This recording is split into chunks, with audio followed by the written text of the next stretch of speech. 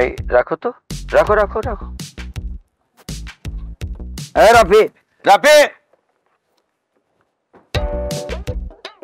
Dad তুমি এখানে? কি রে, তোর একই অবস্থা? তোর শরীরটা কি হয়েছে? চেহারাটা কি করেছিস তুই? বাজার করতে গেছিলাম, কিছু বলবা? বাজার করতে গেছিলি সেটা খুব ভালো কথা, তো হেঁটে হেঁটে আসছিস কেন? একটা রিক্সা নিলে কি হতো? ড্যাড তুমি তো দেখি কিছুই জানো না। কাজের মানুষ সবসময় রিক্সার টাকা বাঁচিয়ে নিজের পকেটে রাখে, আর আমি যদি এখন রিক্সা করে যাই তাহলে তো আনিকার বাবা সন্দেহ করবে। আচ্ছা ঠিক আছে, ওসব বাদ দে, তুই আমার গাড়িতে ওঠ, তোকে নামিয়ে দিচ্ছি। না না তুমি যাও, কেউ দেখে ফেললে সর্বনাশ হয়ে যাবে। অনেক কষ্ট করে আনিকার বাসায় ঢুকেছি, এখন যদি কেউ জানতে পারে। না না তুমি যাও। আরে বাবা, কেউ দেখবে না, আমি তোকে একটু দূরে নামিয়ে দিব। চল তো, চল চল। ড্যাড তুমি যাও তো তোমার অফিসে, আমার অনেক কাজ, বাসায় গিয়ে রান্না বসাতে হবে। থাকো। রাফি,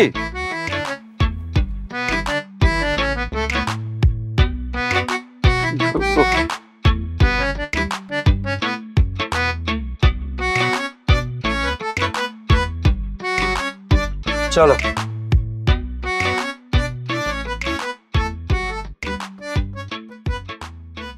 বাবা, আনিকার বিয়ে নিয়ে তুমি কি ভাবছো? ভাবছি তো অনেক কিছুই। ছেলের খোঁজ খবর নেওয়া হচ্ছে, ভালো ছেলে পেলেই হবে। ভালো ছেলে তাই না বাবা? সেদিন যে চৌধুরী সাহেব আসলেন তার ছেলের জন্য প্রস্তাব নিয়ে, আপনি কি করলেন? পত্রপাঠ বিদায় করে দিলেন। এর চাইতে ভালো ছেলে আপনার মেয়ের জন্য আর কোথায় পাবেন বলেন? বৌমা, আমি তো তোমাকে বলেছি ধনী পরিবারের ছেলের সঙ্গে আমি আমার মেয়ের বিয়ে দেব না। এই নেন চাচাজি, চিনি ছাড়া করা লিকার দিয়ে দুধ চা। বাবা, আমি যে চিনি ছাড়া কড়া লিকার দিয়ে চা খাই সেই খোঁজ খবর নিয়ে ফেলেছিস? হ্যাঁ চাচা যান, এইটাই তো আমার কাম। আর এই কাম না করলে খামু কি? আর এখন কোন তো চাচা, আপনার জন্য কি রান্না করুম? তোর যা ভালো লাগে তাই রান্না করিস। আচ্ছা ঠিক আছে, একটা কাজ করি তাহলে, পেঁয়াজ দেয়া ইলিশের ঝোল, গরুর মাংস আর 5 প্রকারের ভর্তা, ঠিক আছে না চাচা? তোর হাতের রান্নার যে স্বাদ। আচ্ছা তুই এক কাজ কর, আজকে খুব ভালো করে রান্না করে না সবাইকে খাইয়ে একেবারে তাক লাগিয়ে দে। হ্যাঁ ঠিক আছে। ভাবিজান, আপনার কিছু লাগবো? তোর হাতে রান্না যে এত মজা, খেতে খেতে কয়দিনে তো আমি ওজন বাড়িয়ে ফেলেছি। তুই এক কাজ কর, মিক্স সালাদ বানা আমার জন্য। আর এখন আই নিড এ ক্যাফেচিনো, হট ক্যাফেচিনো।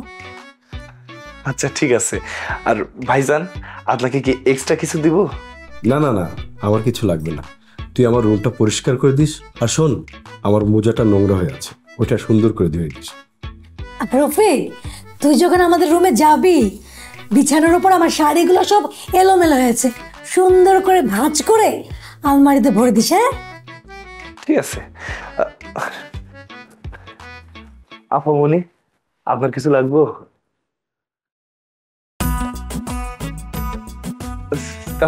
আমি তাহলে যাই।